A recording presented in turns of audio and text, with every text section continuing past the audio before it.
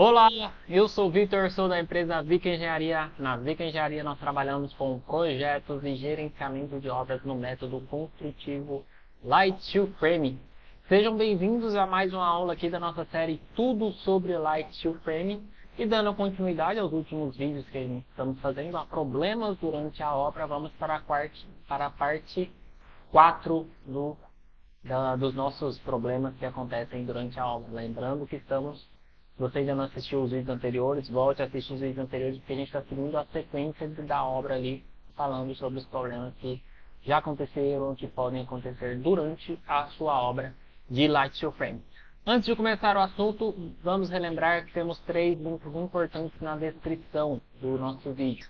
Um link para caso você goste como a gente fala, como a gente trata uma construção aqui na Light Steel Frame e quer contratar a gente para algum dos nossos serviços, clique no link da descrição, preencha ali com seus dados que a gente vai entrar em contato com você para entender como a gente pode te ajudar.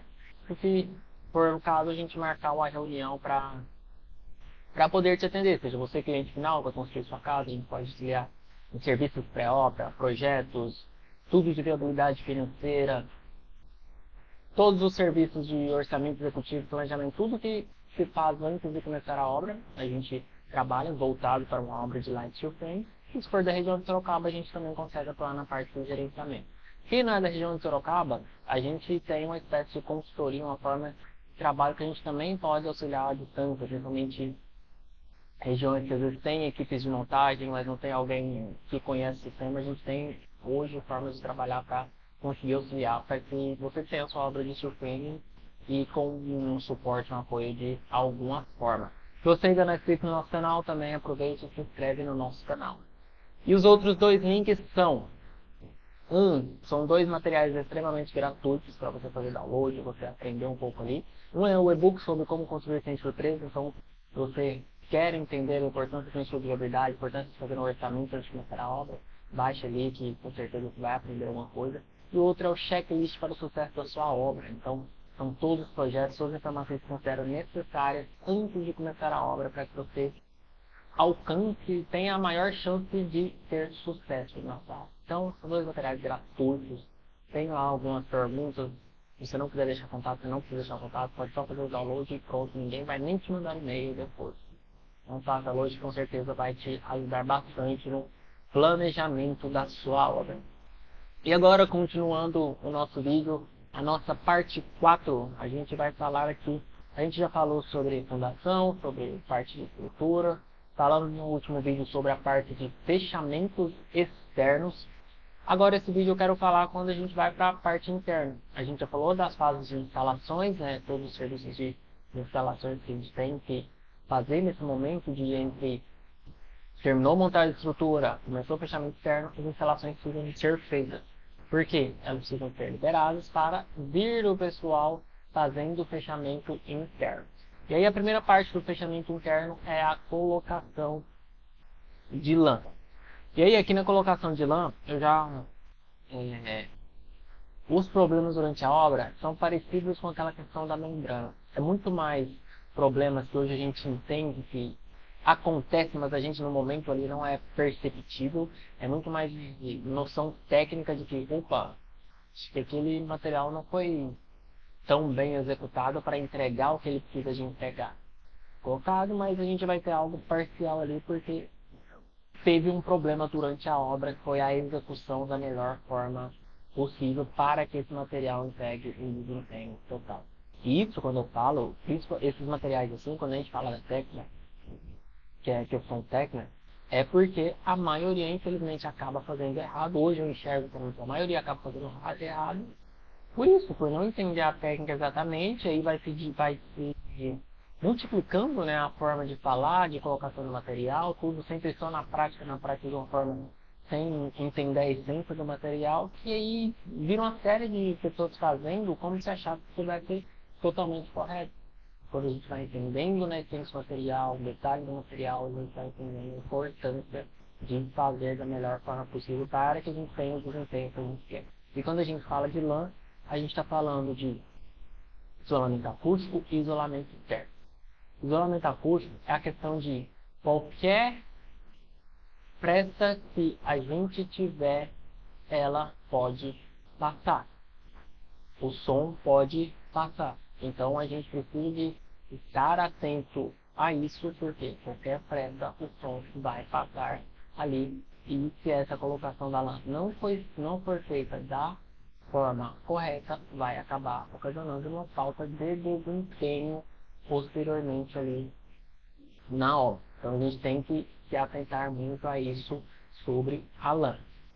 E aí a lã, se você quiser saber mais detalhes, a gente até falou ela na parte 3, como completa, as lãs que a gente utilizou, como que essa lã vai, de acordo com cada tipo, a gente tem rolo, tem em manta ali, em painéis, qual que vai desempenhar melhor. Então eu falei com mais detalhes no vídeo anterior. E aí, colocada a lã, a gente vai para as placas. As placas, o primeiro ponto, durante a obra, não durante a obra, né? Mas as placas, acho que o primeiro entendimento de problema que eu falo é o que a gente espera desse material. Tudo que a gente for fazer em surframe, o que a gente realmente espera desse material. A gente, para trabalhar com surframe, a gente precisa de parar de falar. E você que for comprar surframe também, precisa, como eu estou falando aqui, precisa entender que não é porque você vai comprar o surframe que a sua obra vai ter isolamento térmico, vai ter isolamento acústico, vai ter uma obra limpa, vai ter uma obra mais rápida, vai ter uma obra sustentável. Não, a gente tem que cortar essas ideias superficiais. Se a gente quer cada uma dessas vantagens, a gente precisa de ser intencional para isso. Não é pegar um aço, pegar umas placas e começar a fazer uma casa que a gente tem tudo isso aqui de forma automática. Parece besteira falar isso, mas é o que eu percebo no dia a dia com as pessoas que trabalham com surframe e os clientes que vêm construir com surframe. A gente precisa de mudar a mentalidade. Eu já falei em alguns vídeos sobre a importância de mudança de mentalidade para trabalhar. Então, o primeiro ponto é a intenção. Essa placa que eu utilizei, eu estou com a intenção com ela ou eu só quero fechar na parede? Se você quer só fechar a parede, beleza, não tem problema nenhum. Agora, a partir do momento que você quer outras questões, como isolamento acústico, por exemplo, talvez a placa que você escolheu já é um problema durante a obra ali. Se não foi especificada uma placa correta, às vezes chega uma placa ali na obra e ela não é a placa correta para aquele ambiente correto. A gente tem placas para regiões úmidas, a gente tem placas para regiões de áreas molhadas, precisamos entender bastante essa diferença de áreas úmidas com áreas molhadas. E a gente tem placas para áreas secas. E aí a gente tem placas que vão entregar melhor acústico, tem placas para entregar melhor resistência ao impacto, tem placas para entregar melhor os dois. A gente precisa de entender. Então, quando a gente começa, o primeiro problema que eu já vi nas obras é isso. É as placas serem simplesmente escolhidas de qualquer forma. Hoje eu considero isso um problema gigante, principalmente porque às vezes você chega com uma intenção, mas para essa intenção ser aplicada você tem que ter a consciência de que se você quer um isolamento melhor, vai ter um investimento diferente. Então você precisa passar o que você quer realmente para todos os orçamentos. Igual, por isso que eu bato na tecla também a importância de projetos executivos, projetos detalhados, informando antes de todo mundo orçar o que vai ser utilizado naquela obra. Personalizando de acordo com a necessidade. Eu quero esse isolamento melhor no meu quarto, então eu vou colocar essa placa. E aí as pessoas vão orçar realmente aquilo que a gente escolheu. A gente, nós e você, cliente. Agora, a partir do momento que você pega um projeto arquitetônico genérico e passa para o pessoal orçar, cada um vai orçar de uma forma. O montador vai orçar a placa que ele acha mais fácil de trabalhar. A empresa que vende o kit de surframe vai colocar os materiais da empresa parceira que ele trabalha ali e vai personalizar de acordo com a sua cara. Ah, esse tem cara que vai investir mais na casa, ou o seu projeto, ou a cara do seu projeto. Ah, esse projeto aqui tem uma cara melhor, tem um padrão maior, vou colocar esse padrão. Mas você não quer. Você quer sua casa grande e quer um material intermediário.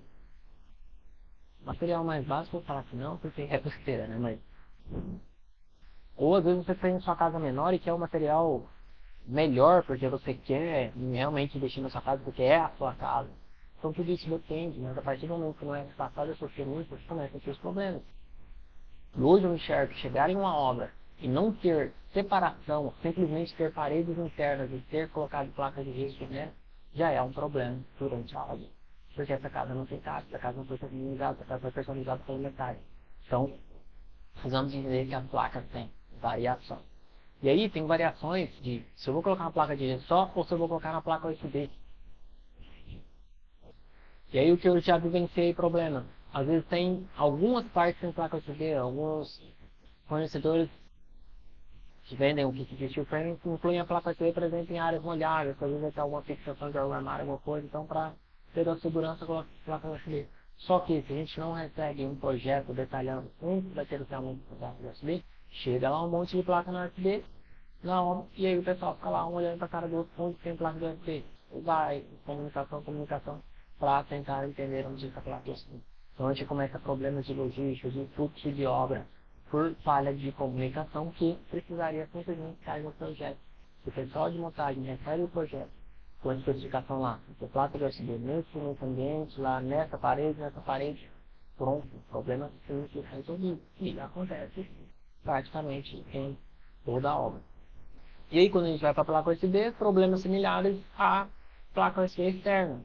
Tem paginação, às vezes a fixação não pode ser feita corretamente como o fabricante recomenda, parafusos, o corte da placa. Então todos aqueles problemas que a gente falou aqui vai se repetir aqui com o plaqueamento interno. Diferente da espessura da chapa, que normalmente eu tenho uma espessura mais fina. Então, lembrando, quando eu falar USB também, o plywood pode ter a mesma situação e as características ali para boa prática de execução também são similares. Outro ponto importante de ter projeto, ter esse alinhamento antes é mão de obra. Mão de obra, às vezes, mão de obra depende muito de ferramenta. Que é, por exemplo, uma casa que vai ter placa USB, só a ferramenta dele cortar madeira já é diferente da ferramenta dele cortar uma placa científica, é diferente dele cortar uma placa de gesso. Então precisa estar muito bem alinhado antes de começar a obra, e quais materiais que vão ter nessa obra, para que o cara tenha as ferramentas corretas ali para executar, para que ele cobre o valor correto para executar essa obra. Não tem como ele cobrar um valor por metro quadrado igual se vai ter o USB cimentício externo, se vai ter o USB cimentício e gesso interno, contra uma que vai ter só cimentício externo com uma que vai ter só gesso interno. Então entende já que começa a surgir possíveis problemas só com essa falha de comunicação, só com receber informações genéricas, com orçamento genérico por metro quadrado, ou o orçamento que o cara considera só o que ele quer. Até te recomendo, se for para você considerar esses orçamentos, é melhor nem fazer nada antes, porque já vai começar um transtorno. Ou você começa lá atrás, fazendo tudo certinho e tem a consciência do que precisa fazer tudo certinho, e aí com as informações você vai orçar com o pessoal, ou saiba que vai ter um transtorno. O cara passa um orçamento, e depois ele vai falar, mas eu considerei outra coisa, então não se apegue aos números. Primeiro faça aquilo de ser feito e aí vai colocando as coisas no lugar certo. E aí, por exemplo, vem o USB e aí a gente vende isso. Primeiro ponto, problema. Deixar no projeto especificando onde foi considerado placa RU, onde foi considerado placa C, onde foi considerado às vezes uma placa melhor, algum ambiente, quero o meu quarto melhor isolado, onde foi, se foi realmente, né, onde que foi esse local que tem uma placa melhor para isolamento. Então tudo isso precisa de ser mapeado em projeto, para o pessoal na obra receba já consiga ir dando sequência no serviço sem ter que ficar perguntando toda hora para alguém onde que vai, onde que vai. E aí a gente não ter esse fluxo de obra. E aí quando a gente vai para o gesso, a gente tem problemas similares com os problemas de outras placas. Tem a forma correta de cortar, tem entendimento de... Isso eu aprendi, fui aprender durante uma hora também, que a gente foi levar. A gente estava tendo problema com o tratamento de junta do pessoal, não estava ficando tão bom, vou entrar nisso depois. E aí um dos detalhes que o cara ensinou o pessoal quem trabalha com drywall é tranquilo, mas às vezes a pessoa está começando a trabalhar e não se atenta em detalhe. Mas também gente experiente já vi que não se atenta ao tipo de detalhe. A placa natural, ela tem borda rebaixada nas laterais dela. E aí às vezes precisa de fazer cortes na placa, e a gente tem uma borda ali sem rebaixa. Então sempre é preferível, se for juntar a placa importada, que junte ela com outra placa importada para ter borda sem rebaixar com borda sem rebaixar. E aí sempre uma placa nova pode rebaixar com borda rebaixada. Porque você tratar uma junta de uma borda rebaixada com uma borda cortada, dificulta mais, porque a pessoa vai ter que ter um trabalho muito bem feito ali para essa junta ficar bem feita.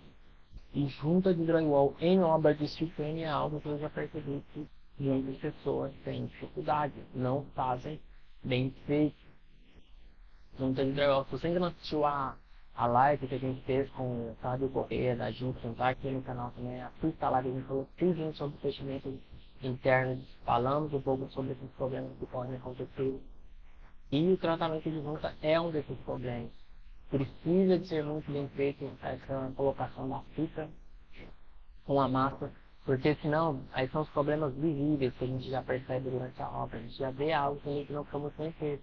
Aí a gente está levando o problema para frente, a gente precisa depender do pintor na hora da massa ele fazer a aplicação ali para nivelar e para em torno da superfície. Só que a massa, gente, não vai assim nivelar a parede, a massa também é uma camada muito fina.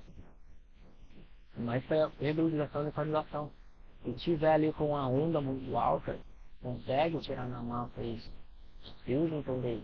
Então, com aquela ideia que eu já venho falando, a gente resolver para não ficar levando o problema para frente, sempre resolver o problema no momento dele, a gente precisa de ter mais boas práticas com a questão do tratamento do gin.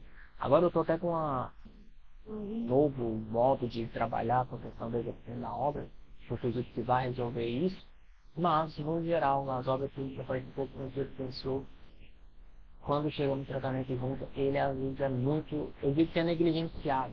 Ele parece que é fácil, só passar a massa ali e com passar a fita com a massa e massa, fita, massa, e depois o pintor vem com a massa com junto e vai ficar tudo bem, mas não é bem assim. Se a gente for olhar no detalhe, principalmente tratando de obras já padrão, a gente precisa ter um cuidado bem maior no tratamento de juntas do gesso. E aí a gente tem para parafusamento, sempre é importante a questão do parafusamento. Outro momento que a gente fez durante a obra, e sempre parte do projeto. Regiões de banheiro, aí a gente vai ter revestimento, a gente precisa de ter a estrutura espaçada com os perfis corretos. Então, às vezes não está. Então, aí precisa fazer ajuste em obra, não ia totalmente os perfis, porque vai ter uma investimento por área de banheiro. Então, tudo isso precisa ser pensado. Aí a questão dos espaçamentos dos parafusos também tem a recomendação do fabricante com a questão dos espaçamentos dos parafusos. Então, nós tivemos problemas de parafusar muito na borda e a placa de justa mais sensível. A gente precisa ter essa atenção. E aí a gente tem todos os problemas que são que acontecem em consequência, né? Vai furar a placa ali, fura a tubulação e estraga a placa de luz. Então precisamos ter muita atenção com essa questão de antes lá de fazer o teste de doação, deixar a doação de água tudo certinho e depois com a questão da fixação das placas, para que a gente não tenha esse tipo de problema também com de problema de ter retrabalho, né? De estar lá na frente no serviço e depois ter que voltar porque não ficou correto ou porque furou ali no lugar sem saber. Então esse ajuste, tamanho do parafuso é correto para que não tenha esse tipo de situação depois. Aí placas de gesso podemos dizer que os problemas principais são esses. Tratamento de junta, parafusamento incorreto. Eu posso dizer também, acho que aí está sempre para todas as placas, algo que eu não falei. O corte de placas, eu acho que às vezes também, pensando assim na eficiência, na durabilidade, função, na qualidade da função, às vezes os cortes também precisam ser mais precisos. Obras minhas, já vi outras obras também, que a gente olha os cortes assim, às vezes são os cortes que dá um espaço muito junto aí. Imagina para você tratar uma junta de um material desse, que está com corte grande, vai ter que a massa ali, não vai preencher, a massa foi feita para preencher determinada espessura ali de espaçamento. Aí a gente tem um buraco muito grande, quebra a ponta da placa, tudo. Então temos que ter cuidado com isso, assim como cuidado com remendo, às vezes durante a obra acontece também, parede. Na parte de forro acho que eu vou falar mais, mas chega na parte de parede, tem que abrir algum buraco, alguma coisa, porque foi tomada, tem que fechar. Esse tratamento de juntas, de corte também, tudo que eu vejo que preciso mais atenção com isso, porque depois vai tentar, fica marcado, já acontece problema aí, que fica remoendo muito em cima ali daquela etapa, porque não foi corrigido da forma correta. não foi feito o reparo do corte correto e depois na postura tem que estar remoído ali no serviço para que, para que consiga resolver, para que não fique ali marcado e não fique aparente aquele problema. Então a placa de gesso é muito sensível, temos que ter muita atenção nisso durante a obra, mas ao mesmo tempo é a hora de a gente dar fluxo, né? É a hora que é um serviço mais leve, a placa de gesso é mais leve, tá ali já na interna, já está tudo fechado, já tá tudo. É uma hora boa também de dar fluidez para a obra, e que às vezes eu percebi que por questão de planejamento, o planejamento não está mais alinhado da forma possível.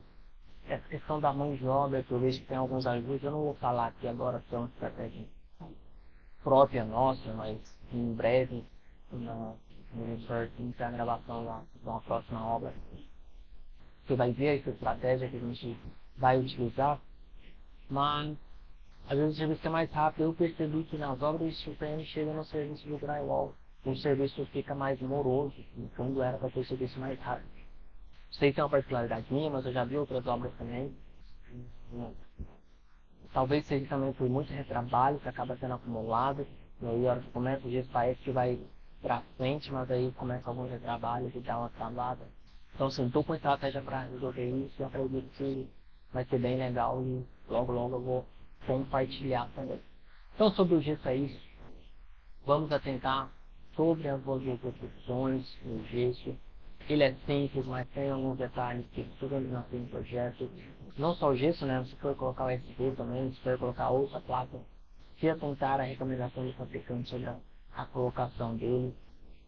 Se atentar com a execução ali para ver se está seguindo as duras práticas documentadas, fiscalizar cada um desses serviços. Começou a trabalhar com massa, você tentar sobre a execução correta também, não está levando problema para aquele serviço frente, entregar com a forma, pegar para o pintor fazer o serviço dele rapidamente, não para ele aqui começar a produzir tudo anterior, esse é o maior aprendizado que a gente tem de problemas durante a obra com esses fechamentos internos. Espero que vocês tenham gostado. Novamente, se você não é inscrito no nosso canal, se inscreva no nosso canal, compartilhe esse vídeo, curtam esse vídeo para ajudar a gente a chegar a mais pessoas. Acompanhe os outros vídeos, assista lá a live por Contato Correio, que é bem legal, falando sobre fechamentos internos, focando nos materiais que temos da Gibson. Em breve teremos novas lives também com fabricantes, estamos organizando novas lives com fabricantes bem legais também que eles têm no mercado interno. Acompanhe lá no Instagram, que a gente divulga as lives, se quiser assistir ao vivo, se dúvidas ao vivo. Divulga sempre lá, mas depois a gente sempre está postando aqui no YouTube também. Deixe nos comentários o que você está achando aqui da nossa série sobre problemas durante a aula. Se você vencer esse problema, se você vai construir e tem medo de algum problema, então deixe nos comentários. Baixem lá os materiais na descrição. Um abraço e até o próximo vídeo.